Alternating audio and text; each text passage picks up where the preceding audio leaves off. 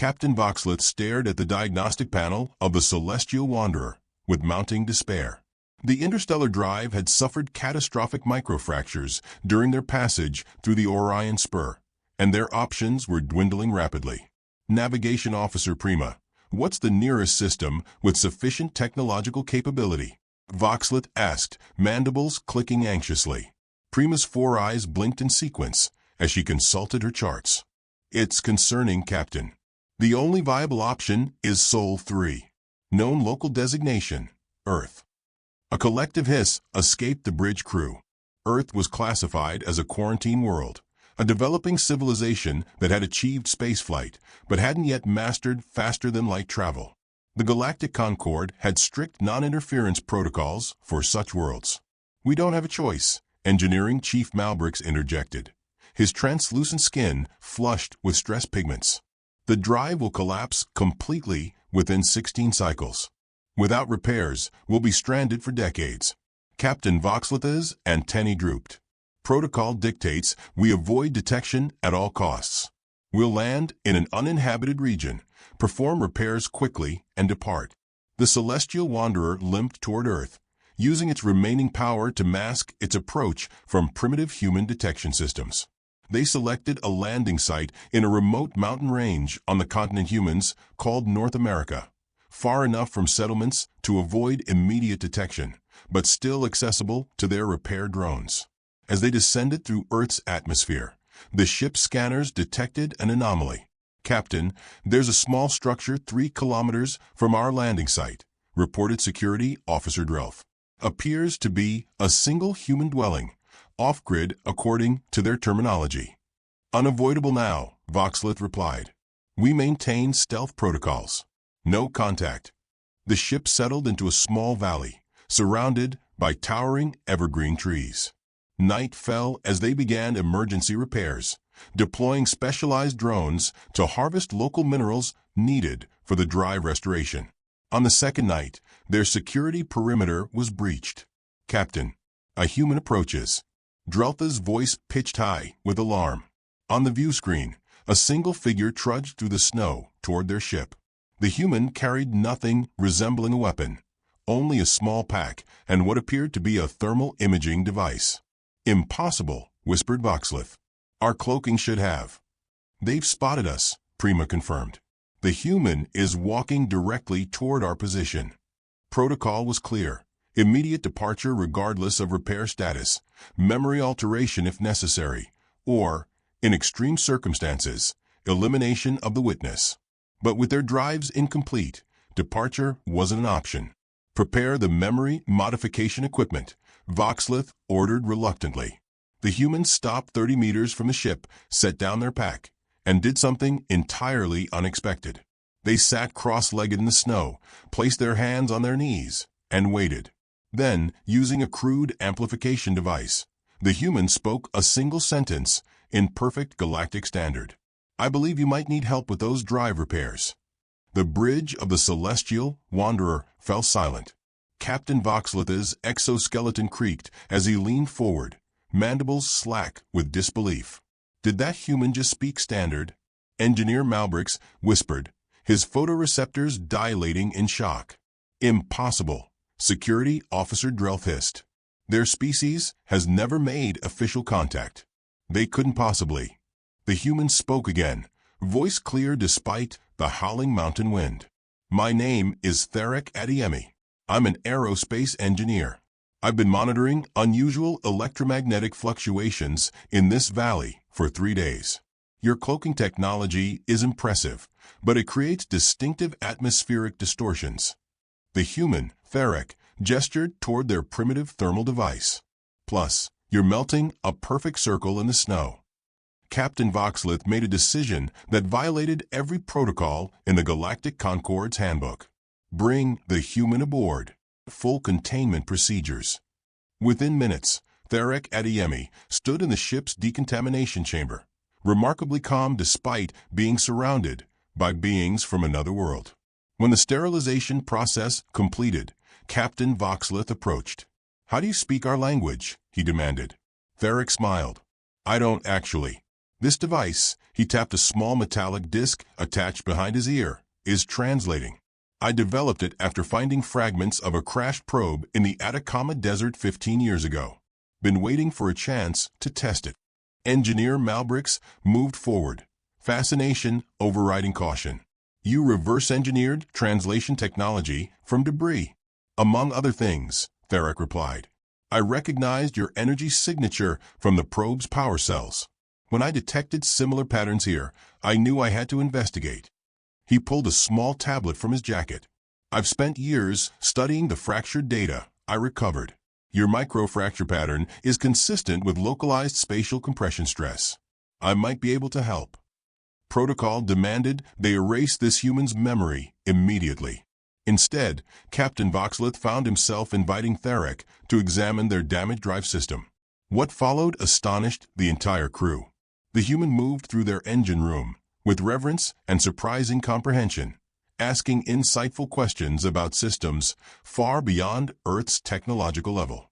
When Theric suggested an innovative approach to stabilizing the microfractures using a combination of Earth minerals and modified repair techniques, Engineer Malbrix's skin flushed bright blue with excitement. This could work, Malbrix admitted. It's unorthodox, but the theoretical foundation is sound. Why would you help us? Captain Voxlith asked, struggling to understand. Your species isn't known for altruism toward outsiders. Theric's expression grew serious. Humanity is diverse. We're capable of tremendous cruelty. Yes, but also extraordinary kindness. Helping those in need, regardless of origin, is a value many of us share. He paused. Besides, how often does an engineer get to work on an actual interstellar drive? As dawn approached, Theric prepared to return to his cabin to gather specialized equipment. Before departing, he turned to the increasingly bewildered alien crew. I understand your concern about interference with developing worlds, he said. But perhaps the Galactic Concord has misunderstood humanity. We're not just awaiting invitation to the stars. We're building our own path there. And when we arrive, we hope to bring something valuable to contribute. 3 Earth days passed in a flurry of activity. The mountain cabin that Theric called home revealed itself to be a technological sanctuary disguised as a rustic retreat. Below the simple wooden structure lay a sophisticated laboratory where the human had been developing various technologies, some worryingly close to principles used in galactic civilizations. Captain Voxlith paced the bridge, antennae twitching. This complicates everything. One human having this knowledge is concerning enough, but if this represents their species' trajectory, it doesn't, Theric explained, entering with Chief Engineer Malbrix. Most of humanity remains unaware. I've purposely kept my discoveries isolated. My goal wasn't to advance Earth prematurely, but to prepare for the day we'd make contact. The repair work progressed more rapidly than expected. Theric's understanding of material sciences proved invaluable as they recalibrated the drive using compounds found abundantly on Earth. What began as reluctant cooperation transformed into genuine collaboration, with knowledge flowing both ways. During one repair session, Navigation Officer Prima found herself explaining stellar cartography to the fascinated human. Our methods for mapping subspace currents evolved from principles similar to how your oceans circulate, she explained, surprised by how quickly Theric grasped concepts that had taken her species generations to develop. It's like fluid dynamics at a quantum scale, Theric nodded, making annotations in a worn leather notebook. The mathematics parallel our theories about dark matter distribution. You understand dark matter? Prima's 4 eyes widened simultaneously. Theoretically, we've observed its effects, but haven't harnessed it the way your civilization has. Security Officer Drelf remained suspicious, hovering nearby during every interaction. Captain, this violates every non-interference directive. We should proceed with memory alteration immediately. But Voxlith hesitated. Something about Theric's approach, curious yet respectful, eager yet cautious, challenged his understanding of developing species protocols. On the 4th night, as repairs neared completion, Theric shared something unexpected. Music. He connected a small device to the ship's atmospheric system, filling it with haunting melodies that resonated through alien physiology in surprising ways. The crew gathered, entranced by the harmonies that somehow transcended biological differences. This piece was composed by a human named Bach 3 centuries ago, Therick explained. Music is one of our universal languages. Medical officer Xanthi, who had remained aloof from a human, found her protective membranes relaxing. It creates unusual resonance patterns in my neural structures, she admitted. Pleasant ones. Later in the quiet of the engine room, Therick showed Captain Voxlet something he'd kept hidden. Detailed designs for Earth's first theoretical faster-than-light drive. It's flawed, he admitted. I've been missing critical elements about subspace stability. Voxlet studied the designs, mandibles clicking softly. Your approach is unorthodox, but innovative. You're pursuing a completely different method than most civilizations developed. Is that bad? It's refreshing. The Galactic Concord tends to expect evolutionary predictability in technological development. Your species consistently defies those expectations.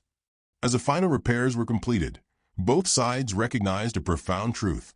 This accidental encounter had created something unprecedented, a bridge between worlds built on mutual respect rather than protocol. The question remaining was what to do with that bridge once the Celestial Wanderer departed. The time for departure approached. The Celestial Wanderer's interstellar drive hummed with renewed energy, the microfractures sealed with a hybrid technique that combined galactic engineering principles with Earth materials. By all measurable standards, the repair was a success, possibly even an improvement over the original design. Captain Voxleth convened his senior officers in the command chamber, their exoskeletons clicking nervously as they assembled around the central decision table. Therick had been escorted back to his cabin temporarily, giving the crew privacy for the most critical discussion of their mission. We face an unprecedented situation, Voxleth began, his translator pulsing with the gravity of his words. Galactic law is clear. Contact with pre-FTL civilizations must be erased. Yet this human has demonstrated capabilities and understanding that challenge our classification of their species. Medical officer Xanthi's sensory tendrils rippled with concern. The memory alteration procedure is risky across species barriers.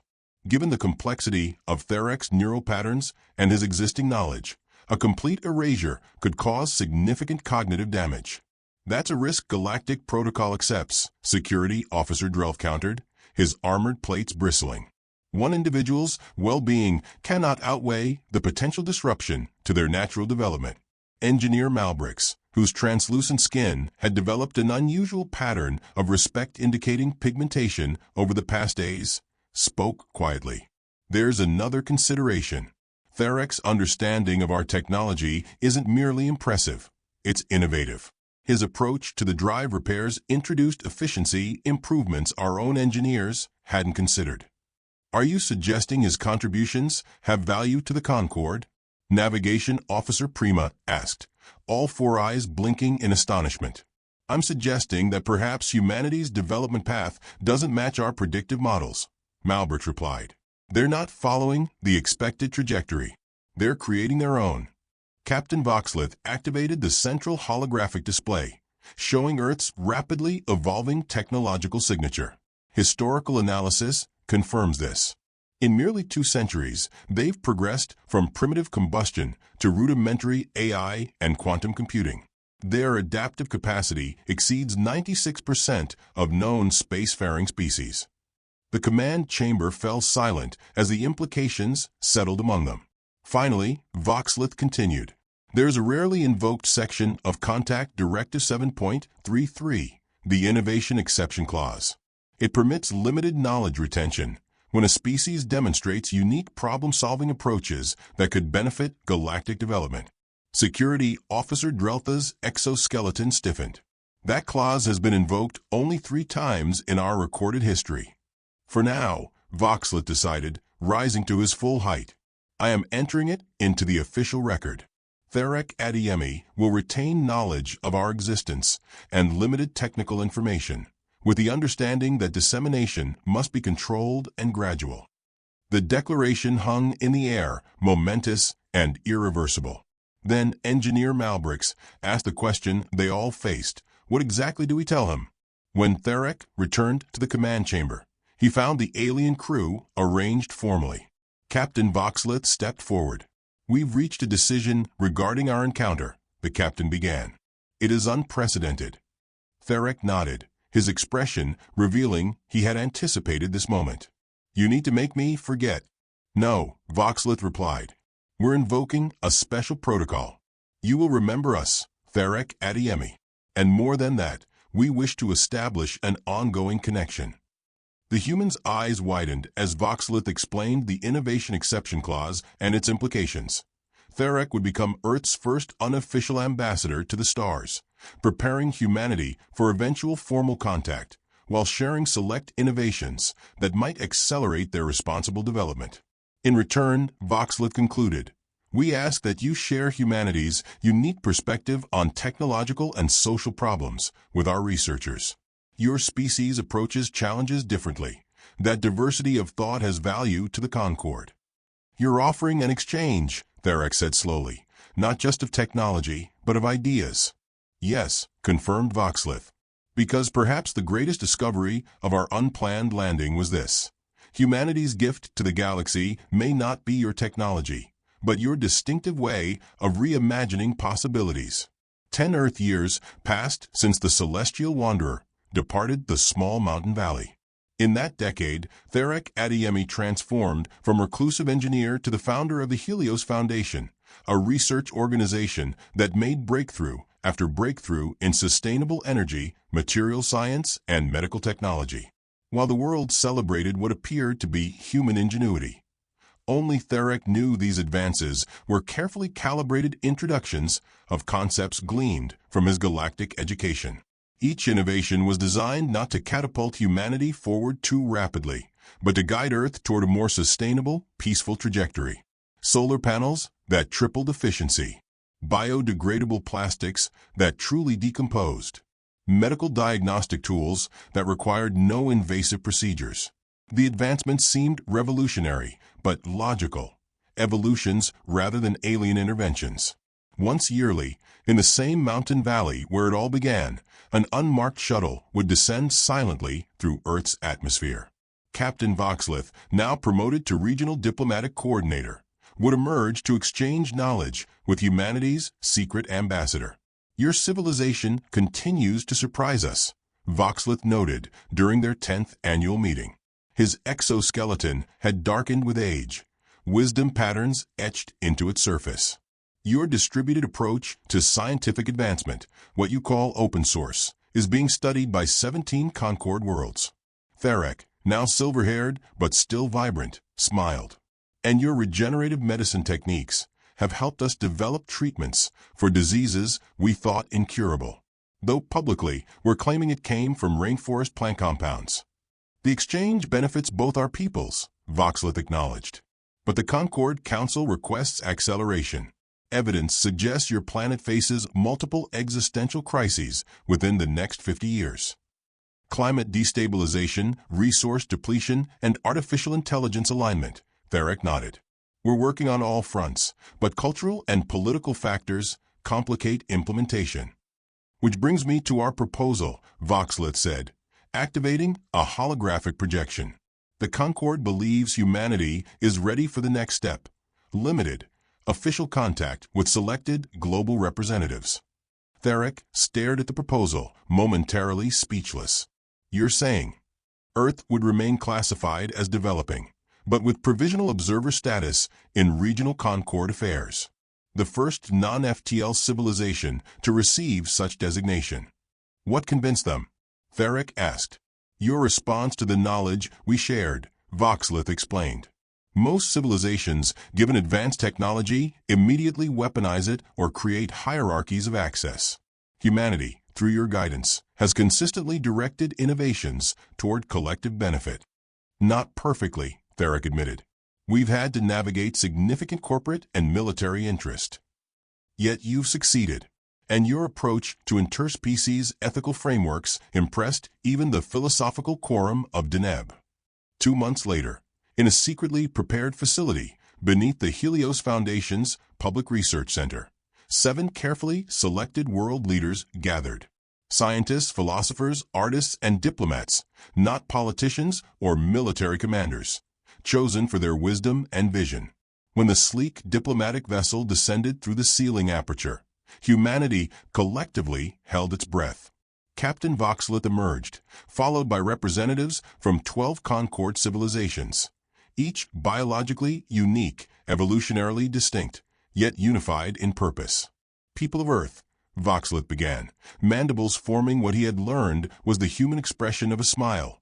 We come not as discoverers or conquerors, but as colleagues. 10 years ago, a single human helped repair our ship when we were stranded. Today, we offer humanity a similar opportunity for assistance with your planetary challenges. One of the human representatives, a renowned environmental scientist, stepped forward. Why would advanced civilizations invest in helping us? Because true interstellar civilization isn't measured by faster-than-light travel, Voxlith replied. It's measured by the capacity to recognize value in diverse perspectives. When our ship landed for mere mechanical repairs, we discovered something far more precious: humanity's unique gift for reimagining the possible. He gestured toward Therek, who stood proud at the intersection of 2 civilizations. This human showed us that sometimes the most valuable maintenance isn't to machines, but to ideas. We landed for repairs, but found renewal instead. As historic agreements were formalized, Therek gazed at the gathered representatives of Earth and stars. What had begun with a stranded ship and a curious engineer had blossomed into something unprecedented: a bridge between worlds built on mutual respect and innovation. Humanity would join the galactic community not through conquest or collision, but through collaboration. Not as perfect beings, but as valuable partners bringing fresh perspectives to ancient challenges. Not as students, but as teachers with lessons worth sharing. The stars, it seemed, had been waiting not just for humanity to master the technology of space travel, but to demonstrate the more crucial technology of wisdom, proving themselves worthy not just of visiting the cosmos, but of contributing to it. What began as an emergency landing for mechanical maintenance had become something far greater: the maintenance and renewal of hope for 2 civilizations that discovered they needed each other more than either had imagined.